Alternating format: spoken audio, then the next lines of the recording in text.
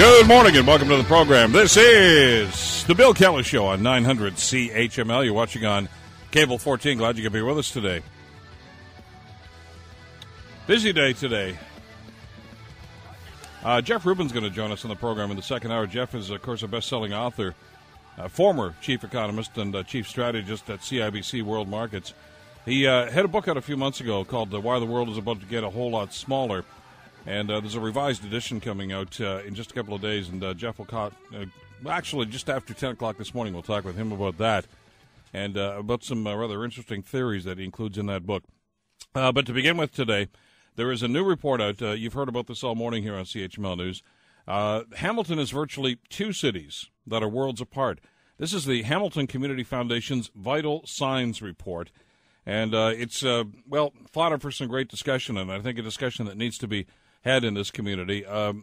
Some of the folks that are intricately involved in this and the dissemination of the information are with us here in studio to talk about this and the implications. Terry Cooke is the president of the Hamilton Community Foundation. Mr. Cooke, good to see you again. Good to see you, Bill. It's raining, so you're not on the golf course. So it's my golf game is struggling, I have to tell you. Other priorities have come to the fore. One of the other guys that we were just talking about before we came on, who's the people that did all the heavy lifting in this, Terry, and I guess we'd certainly defer to Jeff on this. Jeff Wingard, of course, did a great deal of the research in this report. Jeff, thanks for taking the time to come in here today. Good to be here. And one of the great media partners in this whole enterprise, too, is our good friend Dana Robbins, publisher for the Hamilton Spectator. Dana, thanks for coming in. My pleasure, Bill. Great to be Good to see you here. Terry, talk to me about the genesis for this. I know this is somewhat tied to the Code Red report that the Spec did such a great job on some months ago now. Is this characterized maybe as phase two of that?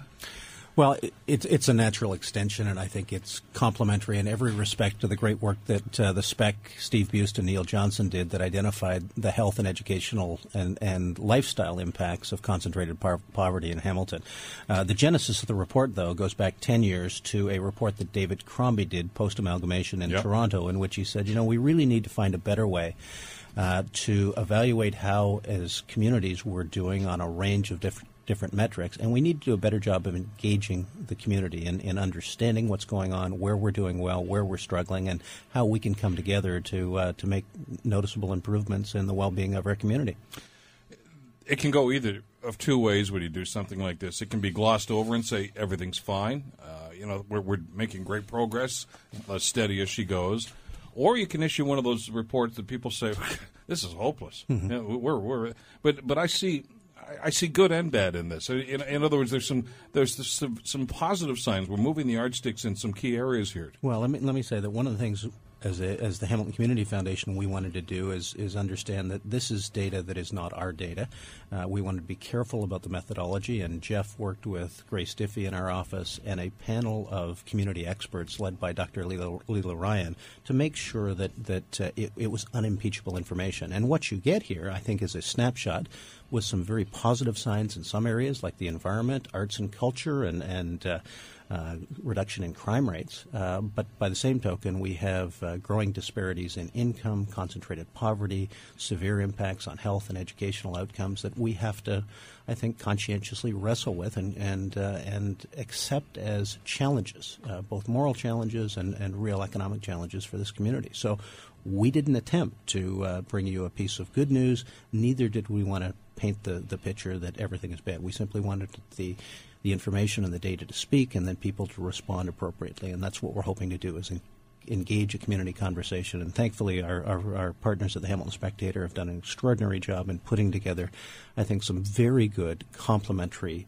news and editorial work that really builds off of their remarkable Code Red series earlier this year. I want to talk about that with Dana in just a couple of seconds, but let me get to the research itself. Jeff, who did you talk to? How did you gather all of this? A rather daunting task. It was a daunting task. It was a busy couple of months. We were fortunate in this community to have the Poverty Roundtable, who's been active on a lot of kind of measuring progress around particularly poverty, but health, crime rate, safety, learning, these kinds of areas. We were able to actually use the research committee that they had been doing work on for the past 3 years and really refining the metrics and the measures that we want to use as a community. So we used that as the base, and then the other folks that we pulled in around environment, arts and culture, business, some of the other areas. And what we wanted them to help us do was to really help us find measures that really captured what's going on in Hamilton. And we also wanted it to be fairly concise and give us a good picture of what's happened. So that's the work. And then when we went to gather the information, these partners were invaluable and really dedicated a lot of time to the process. We couldn't have done this by ourselves, to be sure. It was really helpful. So they helped us gather information, and then we also went back to them and said, well, what do we make of this? Are our interpretations right? Are we are we understanding these trends the right way? So it was really helpful. One of the things that has happened in the past, Dana, is we'll get a report from one agency, one particular group that's looking after one aspect of this, and we say, okay, that's an interesting piece of the puzzle, and that's good information, but how does it relate to this, and how does it relate to this group? That's been your job for years, and what I do, too. We look at the whole picture and say, okay, how do you fit these pieces together? And that's why a report like this, I think, is so important. When you fit this in with what you did with the spec with Code Red, it gives us a pretty accurate picture as to what's actually happening in this community. Yeah, I do as well, Bill. And honestly, I think that's the great strength of Vital Signs, and I congratulate the Community Foundation for taking this initiative on. It's very difficult when you're dealing with so many different aspects, everything from the economy to voter turnout to health, premature baby weight, all those sorts of things, to get a clear line of sight on exactly what's happening in the community. But I think with the Vital Signs report, that's exactly what the Community Foundation has accomplished, and that's invaluable. You said at the top of your remarks, that it would be easy to sort of gloss over some of these pieces, or conversely to have a piece that was so grim that people might feel a sense of hopelessness. I think one of the really stellar things about today's Vital Signs report is that it's an honest, unvarnished assessment of the state of our community. And I think if Hamilton has done nothing else, it has demonstrated a tremendous capacity for honest dialogue. We do talk about hard truths in our community. That's not true of many communities, but we do talk about hard truths, and Vital Signs will allow us to have that conversation in a much richer way than we would have otherwise. Yeah, and along that line, for instance, we had a discussion on the program yesterday about low voter turnout in municipal elections.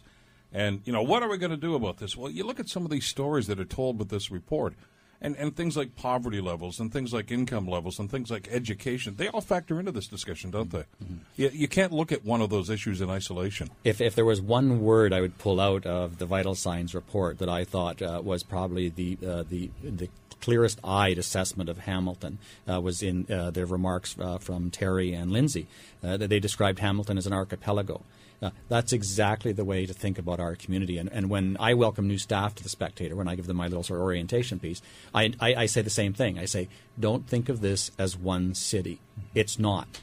It's a whole lot of different communities. And I don't mean geographically speaking, although that's also true as well, but at a host of socioeconomic levels, it's many, many different communities. It is an archipelago. Let me do the break. I want to come back in a couple of seconds, and we'll peel back some of the layers on this report, too. Terry Cooke, Jeff Wingard, Dana Robbins with us. We're talking about this fabulous new report called Vital Signs.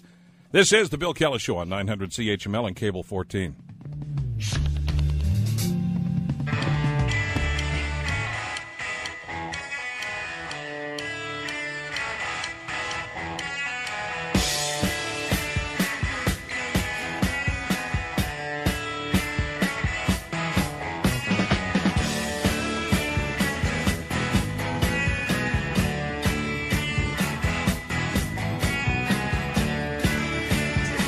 Welcome back. This is the Bill Kelly Show, 900 CHML. You're watching on Cable 14.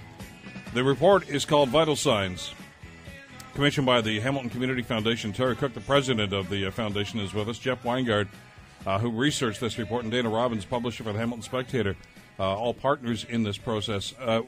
Interesting point, Terry, that was brought up just as we were going to break, and I think Jeff's comments here are well taken. You can look at stuff that's like a Google map. I mean, if you want to look at it from a certain height, you can say, well, Hamilton looks like a whole lot of other cities.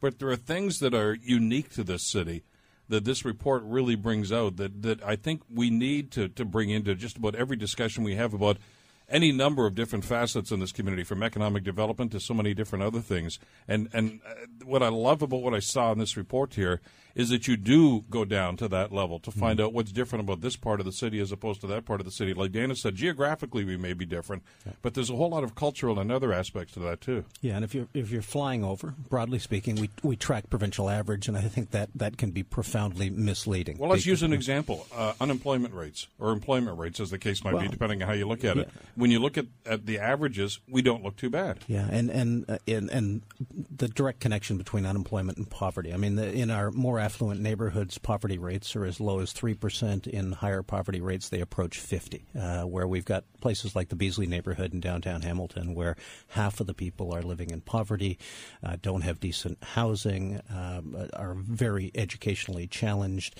and at the end of the day, their health is, the finding of the Code Red report showed a 21-year age expectancy gap between affluent and impoverished neighborhoods. And that's something that you might expect in Detroit or the south side of Chicago or many third world countries. You certainly wouldn't expect it in southern Ontario or in Hamilton. So that's one of the values of this exercise. Guys like you and I, though, that spent a little bit of time in the political arena, understand the frustration. I've erased that from my memory bank. Obviously, it's still hovering in the back of your I'm a mind. recovering politician. Yeah, so.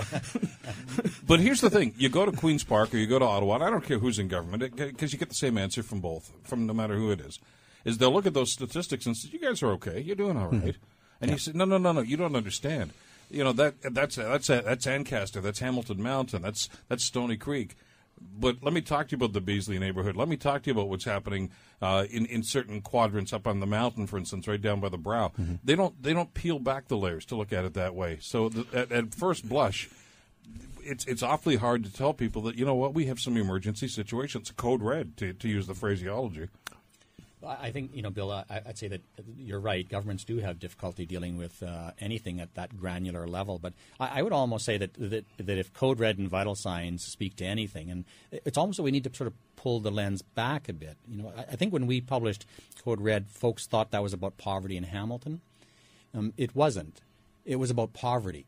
And I think that's the thing that confuses people. In many ways, Hamilton is light years ahead of other communities because we're looking at these issues in such detail so that we can actually point to Beasley or whichever neighborhood and say, this is what's happening in that neighborhood. Most communities can't.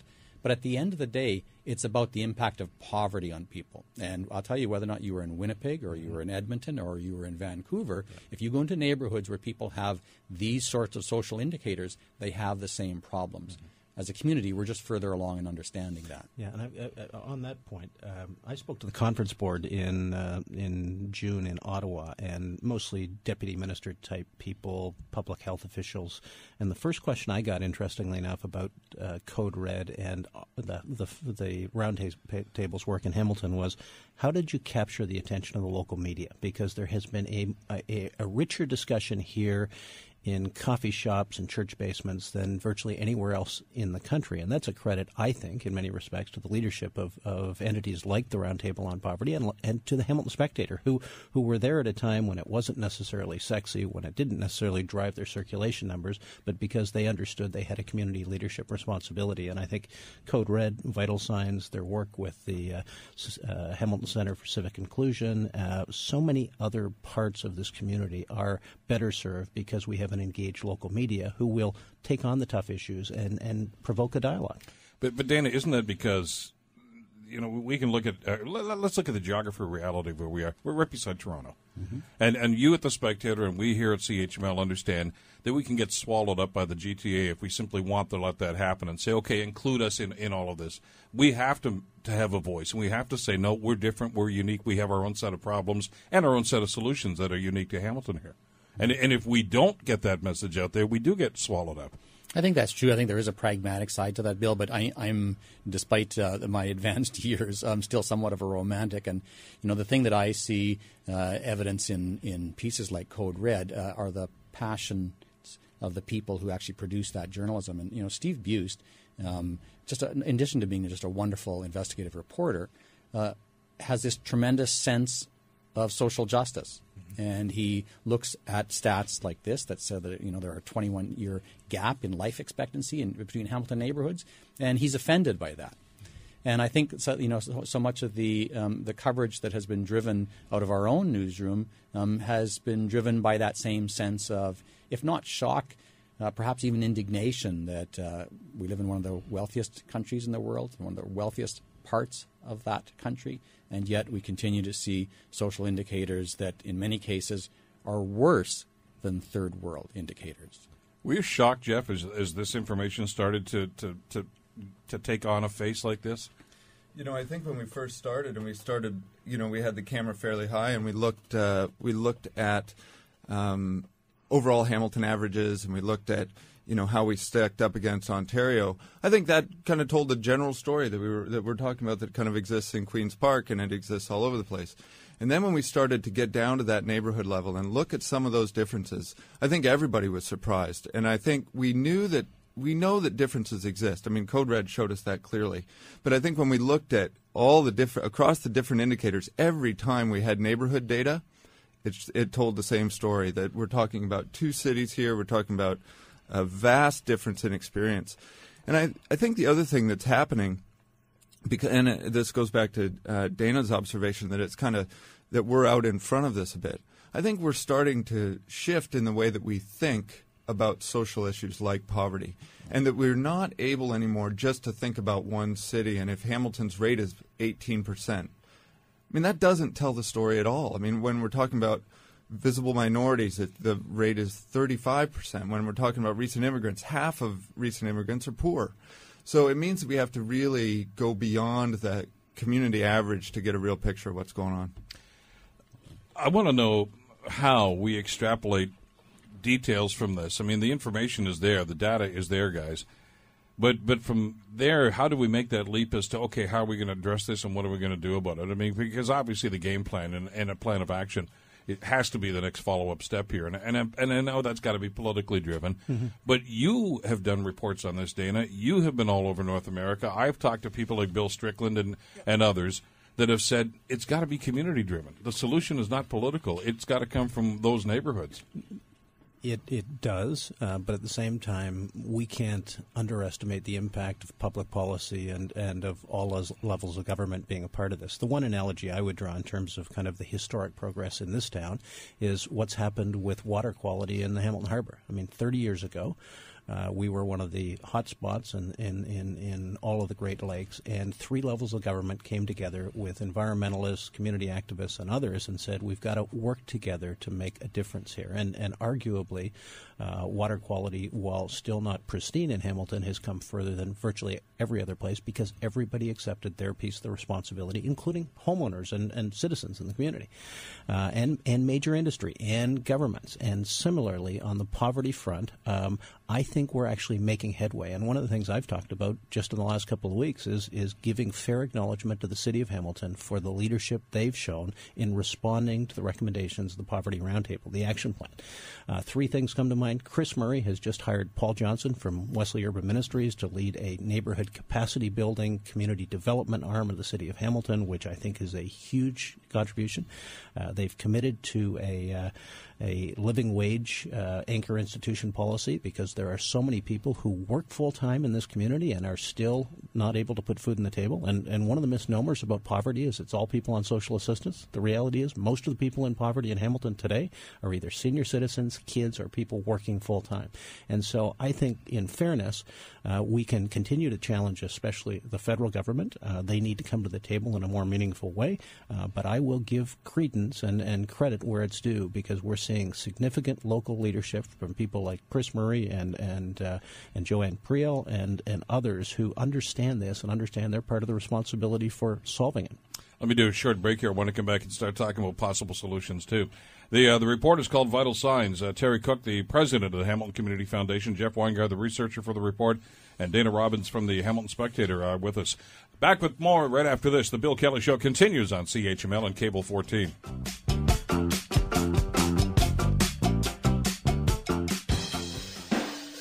In our more affluent neighborhoods, poverty rates are as low as 3%. In higher poverty rates, they approach 50. We've got places like the Beasley neighborhood in downtown Hamilton where half of the people are living in poverty, don't have decent housing, are very educationally challenged, and the finding of the Code Red report showed a 21-year age expectancy gap between affluent and impoverished neighborhoods. And that's something that you might expect in Detroit or the south side of Chicago or many third world countries. You certainly wouldn't expect it in Southern Ontario or in Hamilton.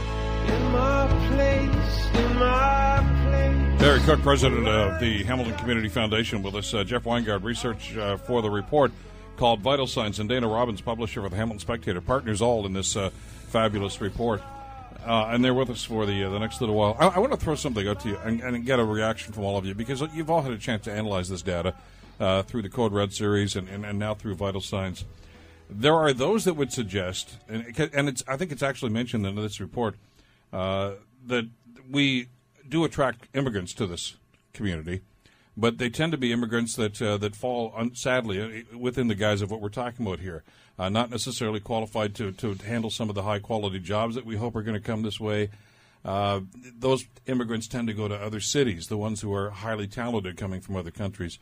There are those that suggest that we're so good at social services that we're actually attracting the wrong kind of people to this community. And you've heard that. I know it sounds like somewhat of a damning statement, but there may be something to this. We are one of the best cities in this country at handling social service problems.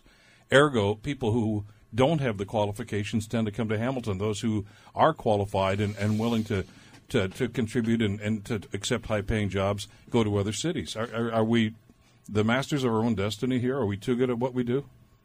Well, I'm not sure.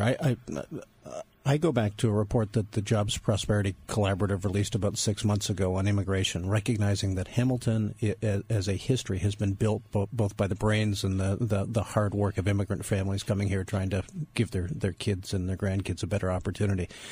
Increasingly, this is a community that immigration has, particularly skilled immigrants, have bypassed because the job opportunities haven't been here, realizing that when they first came, many of our parents and grandparents came because in the 50s and 60s and 70s, you could get relatively highly paid work with good benefits in secure employment with in some cases, a minimum of language proficiency if you were prepared to show up and work hard. Which was really just the reality of the day. That's right. But that's not happening just in Hamilton. That's not happening anywhere anymore. Well, one of the challenges now is what we see is increasingly immigrants, when they arrive here, because the challenges of employment are so great, are leaving for other places that are creating more jobs. And I think that when you look at what people like Tom Friedman say about our economic future, there are two ways to compete. One is improve the quality of our homegrown and trained graduates, and secondly, attract skilled immigrants. And I think one of the huge things that sticks out in this report and the national report is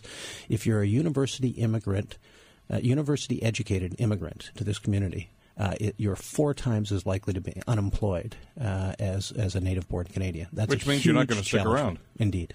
You're going to go someplace else. You're going to go to Calgary. Yeah. You're going to go to find a job someplace else. You're not going to stay here.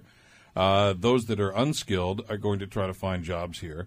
But that becomes somewhat of an exacerbation of the problem then, doesn't it? Yeah.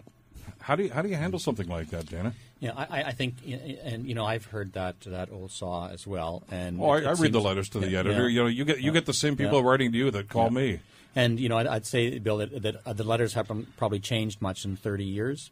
Those opinions, and I think that's an expression of people looking for simple answers to complex problems. And at the end of the day, no fair-minded analysis of Hamilton's current state or its past state could help you come to any other conclusion other than the fact that we benefit from the influx of immigrants to our community, we have. not the other way around. And I'll leave aside the fact that there's probably not many of us around the table who wouldn't have fallen into that camp at one point or another in terms of our own family histories. So I think, it's very tempting to look for simple solutions. And I think one of the things that Vital Signs can help us do is help us understand that, in fact, it's not about pulling on one particular lever. We have to start seeing the issues that affect our community as part of a web of issues. You can't tease out the environment from economic and development. You can't tease out arts and culture from health care and well-being in our community. They're all interrelated, and as long as we want to sort of default to looking for a simple, well, if we did this, then we'd be better off, then we're probably not going to get to where we need to be. When you look at some of these numbers, though, Jeff, it kind of points to, okay, this is a problem. It's not a new problem. It's shining a light on a problem that's been here for some time. And you're an analyst. You've seen a lot of this stuff, and guys, you've read these reports too. An awful lot of the stuff that is uncovered in this in the Code Red report and now in the Vital Signs report were things that Dr. Fraser Mustard was talking about 10, 15 years ago, and so many other people that were saying you got to understand that there are linkages here. There was an old adage when I started in the radio business doing the music. It's just around the time that as the disc jockey, you were getting sick and tired of playing a song.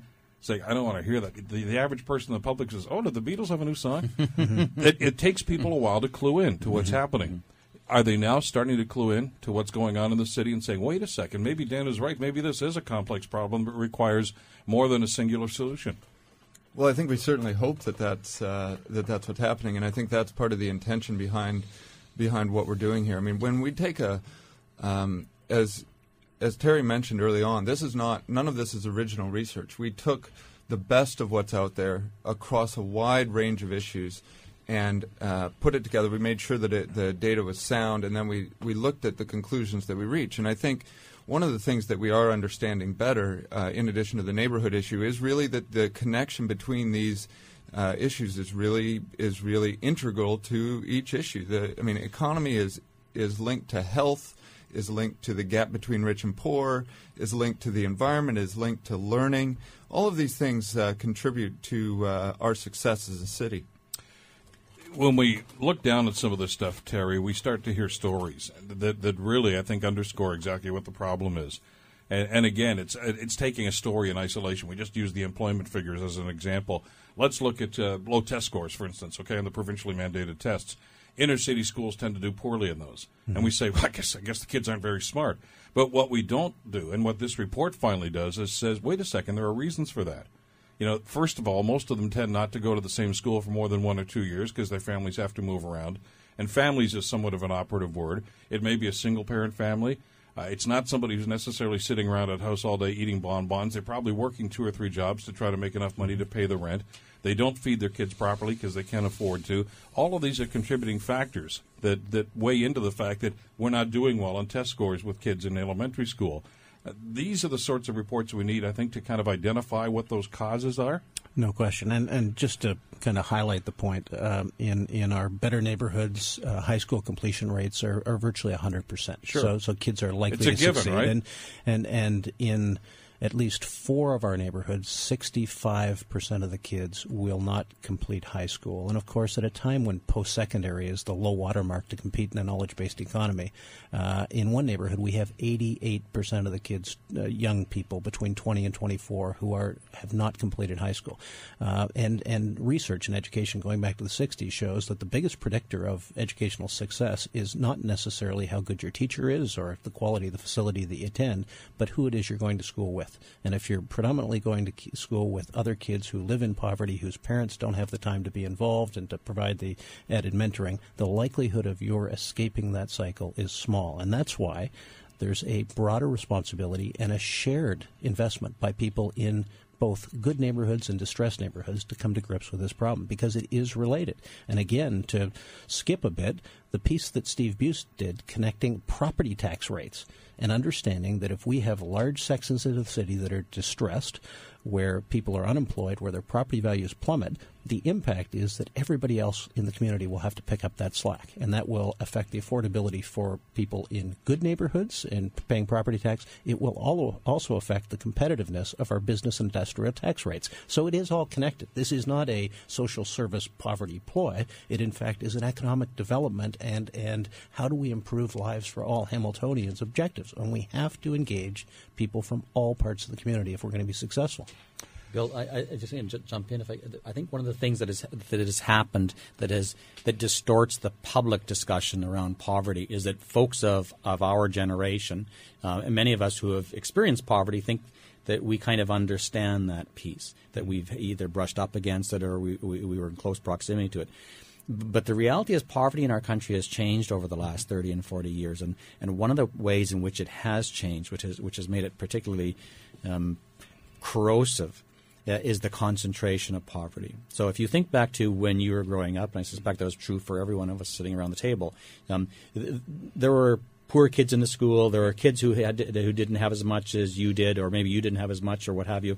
But you were kind of all in the same mix. Mm-hmm. And the situation that Terry is describing now is not like that. Right. You see these huge concentrations of impoverished people where the children have no exposure to anyone other than other impoverished children. And I think it's very difficult for any of us to understand how impossibly small the world can be for a poor kid in a poor neighborhood attending a poor school. Mm-hmm. And let me talk to you about the outcomes on this. And I'm glad you brought that aspect of it up, because there are those that will maybe have not been exposed to it, Dana, and think, well, okay, that's but you know what? We do what we can. I give to the United Way. I do my fair share. But what Vital Signs shows, and what other reports have shown, I think, as well, is that it's dragging this whole community down. And I'm not blaming people for it. I'm saying the fact that it exists in the magnitude in which it does is dragging this community down. So even the people who live in Ancaster or Stony Creek or out in Glenbrook say, well, it doesn't impact me. It does. It does have an impact on their everyday lives. And if you don't believe it from a social service or a social conscience point of view, look at it from a pragmatic and financial point of view. It's hurting this city. It's hurting our tax rate. It's hurting our potential for attracting other business and attracting the best and the brightest. It's all part of the same package. Yeah, and one of the pieces of evidence that's clear from across North America is that mixed-income neighborhoods and schools do well, and those segregated by income and poverty do poorly. And if you want to look at Rust Belt cities that have failed to deal with concentrated poverty, places like Youngstown, Ohio, and Buffalo and Detroit, clearly concentrated poverty left unchecked will spread. I've often cited Buffalo because I know it well. My little sister lived there for about 20 years, where the fastest rate of food stamp usage increase is in suburban Williamsville these days. And as the impact of concentrated poverty spreads, it inevitably has an impact on the quality of life, health care, educational outcomes on first inner-ring suburbs, but ultimately on people in all of our communities. And that's why there's a shared interest for people in my neighborhood in Southwest Hamilton to get involved and to deal with this thing and to find a way to build more sustainable and equitable neighborhoods, schools, and communities. It is absolutely imperative to our future. Let me do a break here. We'll come back in a couple of seconds with our panel. This is The Bill Kelly Show on 900 CHML and Cable 14.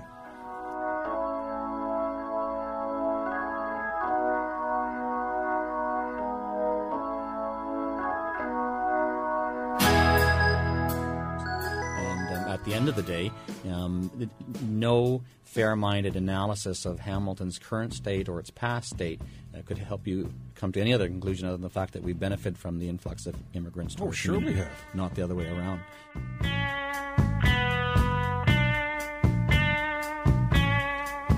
A few more minutes with our panel. Terry Cooke, Jeff Wingard, and Dana Robbins with us. The report is called Vital Signs, commissioned by the Hamilton Community Foundation. Let's in 4 minutes try to solve this, okay?